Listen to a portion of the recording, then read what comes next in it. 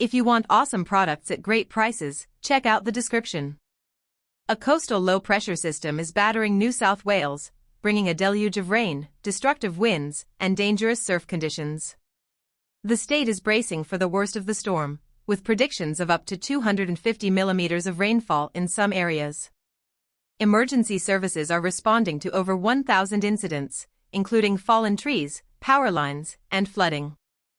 Ausgrid reports that over 28,000 customers are currently without power, primarily across the Hunter region, Central Coast, and Sydney coastline. The impact is widespread, with multiple road closures reported across the state, disrupting traffic and causing significant delays. Ferries and trains have also been suspended in several areas due to the severe weather. The situation is particularly dire on the Central Coast, where evacuation orders have been issued for residents in vulnerable areas facing severe coastal erosion.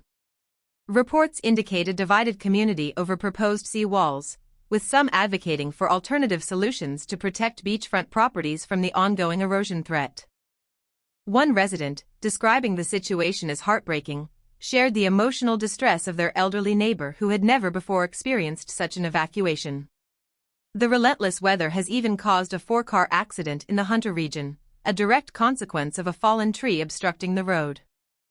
The Bureau of Meteorology is projecting that winds will strengthen further into the evening, bringing the potential for locally destructive gusts exceeding 125 km per hour along the coastal fringe. Heavy rainfall is expected to lead to flash flooding in several regions, and damaging winds are anticipated across a wide swath of New South Wales. Meteorologists are emphasizing the severity of the weather event, explaining that while it's not technically a bomb cyclone, the rapid intensification of the low-pressure system is driving extremely dangerous conditions. The dangerous surf conditions, with waves exceeding 5 meters recorded at several locations, are expected to persist until at least Thursday.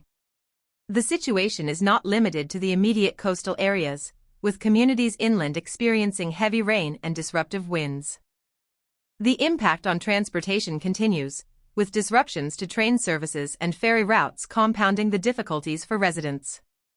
The unfolding events have prompted conversations beyond the immediate crisis, sparking debate about coastal protection measures, the need for improved infrastructure resilience, and the adequacy of existing child safety protocols. Amidst the chaos, a childcare worker in Victoria has been charged with over 70 offences related to alleged sexual abuse. This sobering news adds a layer of complexity to the unfolding events, highlighting concerns about the vulnerability of children in care. The severity of this weather event emphasizes the importance of preparedness and the need for ongoing vigilance and cooperation between emergency services and the community. Residents are urged to stay informed, monitor weather updates, and prioritize safety by avoiding unnecessary travel and taking precautions against potential hazards. Further updates will be provided as the situation evolves. The story continues to unfold, with the full extent of the damage and disruption yet to be determined. Ongoing assessments of infrastructure damage, power restoration efforts, and the long-term effects of coastal erosion remain crucial components in the aftermath of this severe weather event. The focus remains on supporting affected communities, ensuring their safety and well-being, and facilitating a swift and effective recovery process.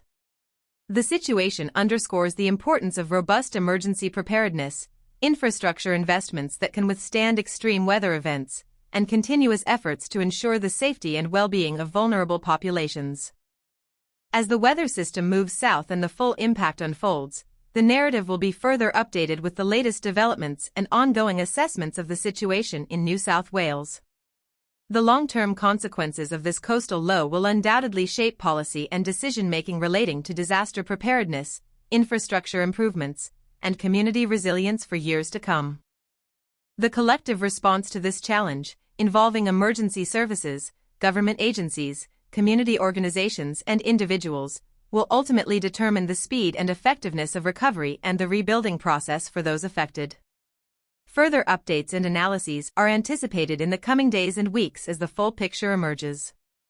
The aftermath of this intense weather system is likely to continue impacting the region for a significant period.